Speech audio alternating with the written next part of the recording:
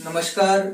अपने YouTube channel अनुराग education group में आप सभी का हार्दिक अभिनंदन व स्वागत है।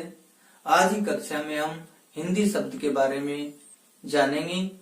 हिंदी शब्द का नामकरण कैसे पड़ा, उसका विकास क्रम क्या रहा, हिंदी शब्द से संबंधित प्रतियोगी परीक्षाओं में किस प्रकार के प्रश्न अभी तक पूछे गए हैं, किस प्रकार के प्रश्न बनते हैं, इन सभी की विस्तार से हम चर्चा करेंगे।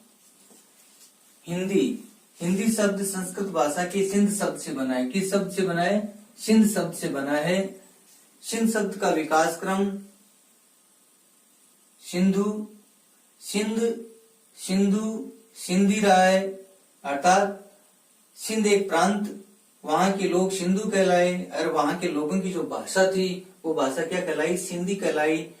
कालांतर में स का उच्चारण वो है के रूप में होने लग गया। दह जो महाप्राण ध्वनि थी उसका उच्चारण अल्प प्राण दह के रूप में होने लग गया। इस प्रकार सिंध हिंद बना, सिंधु हिंदू और सिंधी हिंदी बना। हिंदी शब्द का विकास क्रम इस रूप में रहा है।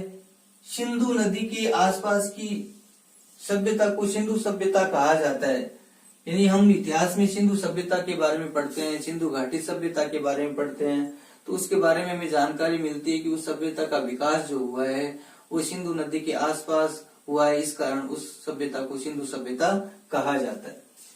हिंदी को अपना नाम पर्शियन शब्द हिंदू से मिला है। यानी हिंदी जो है उसको अपना नाम मिला है। वो किस शब्द से मिला है? पर्शियन जो शब्द है हिंदू, उससे मिला है। और इस हिंदू शब्द का शाब्दिक अर्थ होता है पवित्र नदी की भूमि।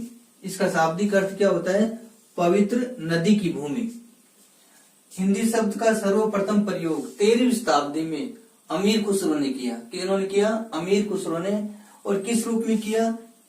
हिंदुई और हिंदवी के रूप में किया। अमीर खुसरो ने सर्वप्रथम हिंदुई और हिंदवी शब्द का प्रयोग हिंदी के लिए किया। खड़ी बोली हिंदी के प्रथम कवि के रूप में अमीर खुसरो को जाना जाता है। अमीर खुसरो के बारे में ऐसा भी सुना जाता है कि उन्होंने 8 सुल्तानों का शासन देखा, 8 बादशाहों का शासन देखा। अमीर खुसरो की पहेलियां और मुकरिया जो हैं हम हिंदी साहित्य में पढ़ते हैं, उनका प्रचलन जो रहा है वो प्राचीन काल से ही रहा है और वह हमारी चली आ रही लोक काव्य परंपरा का प्रतिनिधित्व भी करती हैं। प्राचीन काल में बौद्धिक परीक्षण जो होता था वो पहेलियों और मुकरियों के माध्यम से होता था।